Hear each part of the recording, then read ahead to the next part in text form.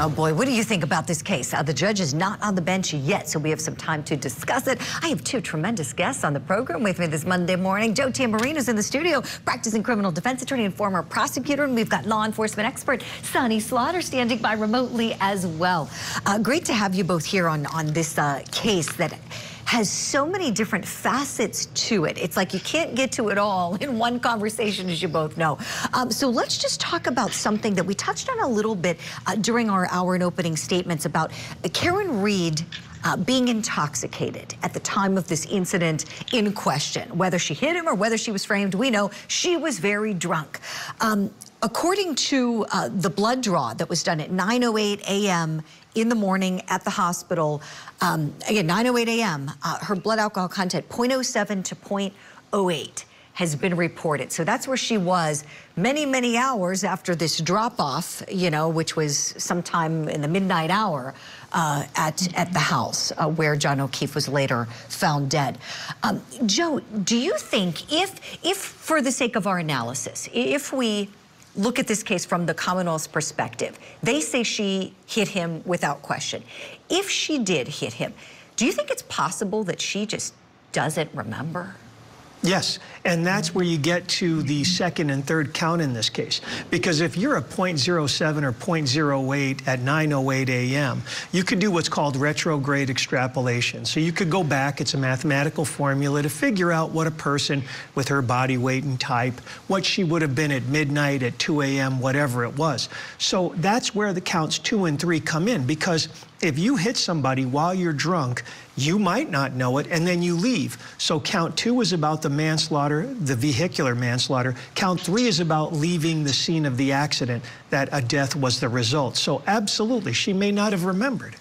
Right, Joe. And when we think about 0.07 to 0.08, 0.08 jumps out in my mind because generally in most states, that is the legal limit in the United States of America, you know, generally.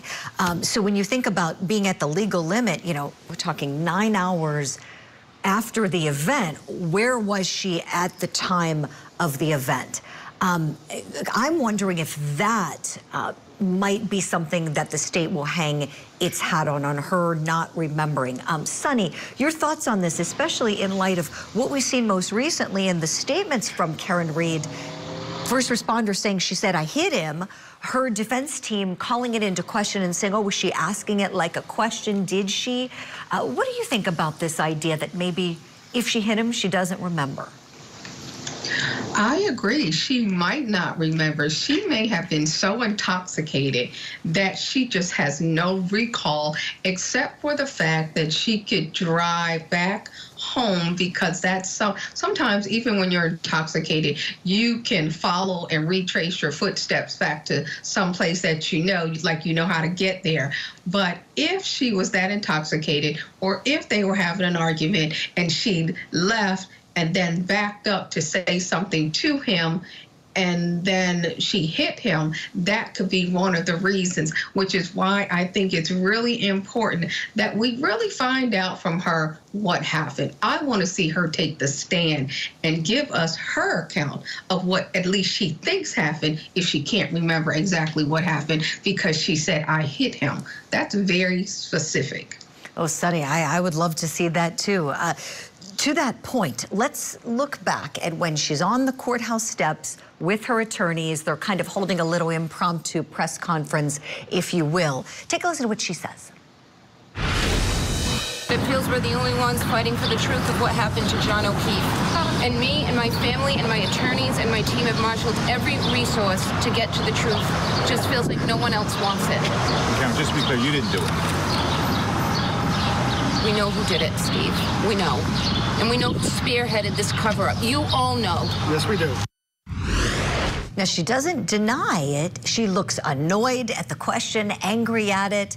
I wonder if she really believes she didn't do it. Joe, your thoughts on that? Well, a few things. First of all, from a defense attorney's perspective, don't let your client talk to the press unless you know absolutely what the questions are going to be and what her answers are going to be. Because I agree with you. She should have come out and emphatically said, no, I didn't hit him. Number two is this is going to be really hard not to take the stand because you're in the press all the time and you're talking. Number three, if you really want the truth to come out, of course you're going to testify. So I think she's boxed herself in. Right, Joe. She said a lot here, and some of the most damaging pieces of evidence, and I see Sunny nodding, are her statements. I want to play that clip where she's speaking with the trooper after her second arrest. It's captured on his body camera footage. The jury won't see it because that'll indicate that she's in custody, but they'll just hear the audio. Listen to how she talks about what she witnessed at the scene. And you were indicted by grand jury. Okay, you're aware he was beaten up by Brian Calm Albert. I mean, we're all in on the same joke, right? My tail light was cracked and John was pulverized. Okay, so Sunny, we know that prosecutor Adam Lally loves this clip. It's coming into evidence, and he says this really calls into question the whole defense theory about this frame job because she's saying essentially that she's there, she sees this event, her tail light is cracked in the process. The defense, of course, is trying to say, oh, she was, you know, being a little cagey and you know, sarcastic, calling it a joke. What do you think, as someone who served for a long time in law enforcement, interviewed a lot of people, what would be going through your mind if you heard her make that statement? Once again, defendants are opening their mouths and making statements when they should be quiet. The fact that she said, so we're all in on this joke. His death and his homicide is not a joke, but the fact that she didn't remember that this was being recorded, this is not a joke.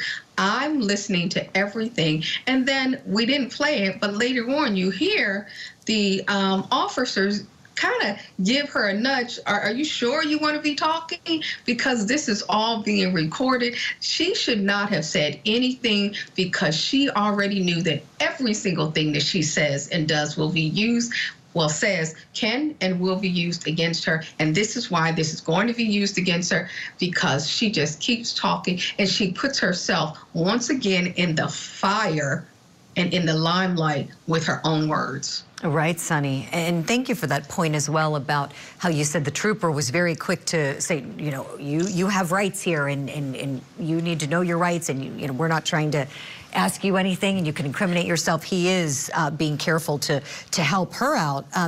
Joe, back to Sunny's point about wanting to see Karen Reed testify. Do you think that we could see that happen? Absolutely. I think she's going to have to testify. She really has boxed herself in with the press. Now, of course, the jury's not supposed to be watching media, but it's so hard to avoid it. I mean, the likelihood that somebody on that jury has seen her clip saying, you know, that she didn't do it or well, somebody else did it, anything like that. So I think she's going to have to testify.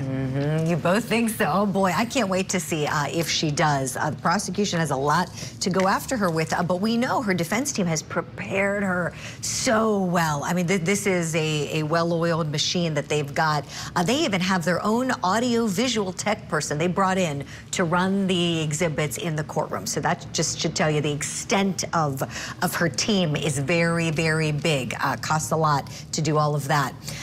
Stand by, my friends. We're getting word. The judge is on the bench. There's some arguments happening outside the presence of the jury about those photos with firefighter Katie McLaughlin from Facebook and other social media. The defense team and all their investigators that they paid to dig deep into the social media of these witnesses. The defense apparently doesn't like the ruling and wants to have some more argument this morning. We'll hear it live next.